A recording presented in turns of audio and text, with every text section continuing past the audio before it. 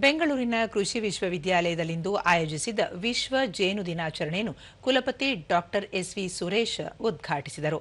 ಈ ವೇಳೆ ರಾಜ್ಯ ವಿಜ್ಞಾನ ಮತ್ತು ತಂತ್ರಜ್ಞಾನ ಅಕಾಡೆಮಿ ಅಧ್ಯಕ್ಷರಾದ ಪ್ರೊಫೆಸರ್ ಎಎಚ್ ರಾಜಾಸಾಬ್, ಕೃಷಿ ವಿಶ್ವವಿದ್ಯಾಲಯದ ಡೀನ್ ಡಾಕ್ಟರ್ ಎನ್ಬಿ ಪ್ರಕಾಶ್, ನವದೆಹಲಿಯ ಐಎಆರ್ಐ ಸಂಯೋಜಕ ಡಾಕ್ಟರ್ ಸಚಿನ್ ಎಸ್ ಸುರೋಶೆ ಮತ್ತಿತರರು ಉಪಸ್ಥಿತರಿದ್ದರು.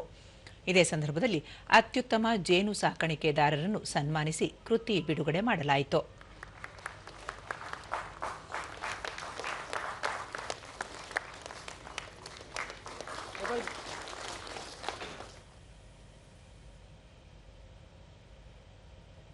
ಬಳಿಕ ಡಾಕ್ಟರ್ ಎಸ್ವಿ ಸುರೇಶ್, ಜೇನು ಸಾಕಾಣಿಕೆ ಉದ್ದಿಮೆಯಾಗಬೇಕು, ಆದಾಯದ ಮೂಲವಾಗಬೇಕು.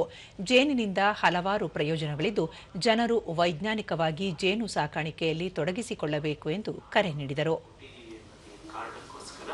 ಈ ದಿನಾಚರಣೆಗಳನ್ನು ಆಚರಿಸುತ್ತಾ ಬರ್ತಾ ಇದೆ ಮತ್ತು ಜೇನು ಸಾಕಾಣಿಕೆಯನ್ನ ಯಾವ ರೀತಿ ಮಾಡಬೇಕು ಅನ್ನೋದ್ರ ಬಗ್ಗೆ ತಾಂತ್ರಿಕ ಜ್ಞಾನವನ್ನು ಸಹ ನಿಮ್ಗಾಗಲೇ ಒದಗಿಸಿದ್ದಾರೆ. ಜೊತೆಗೆ ಬರೀ ತಾಂತ್ರಿಕ ಮಾಹಿತಿ ಒಂದೇ ಅಲ್ಲ, ಆ ಜೇನು ಸಾಕಾಣಿಕೆ ಮಾಡಲಿಕ್ಕೆ ಬೇಕಾದಂತ ಪೂರಕ ವ್ಯವಸ್ಥೆಗಳನ್ನು ಮಾಡಿಕೊಳ್ಳಿಕ್ಕೆ ನಿಮಗೆ ಬೇಕಾದಂತ ಉಪಕರಣಗಳನ್ನ, ಪರಿಕರಗಳನ್ನ ಸಹ ಈಗಾಗಲೇ ಅವರು ತಮಗೆ ನೀಡಿರಬಹುದು. ಎಎಚ್ ರಾಜಾಸಾಬ್, ಜೇನುನೊಣಗಳ ಸಹಾಯ ಇಲ್ಲದೆ ಬೆಳೆಗಳಿಂದ ಉತ್ತಮ ಇಳುವರಿ ಪಡೆಯಲು ಸಾಧ್ಯವಿಲ್ಲ. ಮಾನವ ಜೀವ ಸಂಕುಲಕ್ಕೆ ಜೇನುನೊಣಗಳ ಅಗತ್ಯವಿದೆ.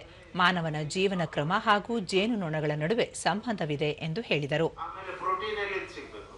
ಪ್ರೋಟೀನು ಈ ಪೋಲನ್ ಗ್ರೇನ್ಸ್ ಅಂದ್ರೆ ಪರಾಗಗಳಿಂದ ಸಿಗುತ್ತೆ. ಆದ್ರಿಂದ ಅದರಲ್ಲಿ ಮಕರಂದ ಮಧು ಇರದೇ ಇರಲಿ, ಜೇನುಗಳು ಎಲ್ಲಾ ಹೂಗಳನ್ನು ವಿಸಿಟ್ ಮಾಡ್ತವೆ.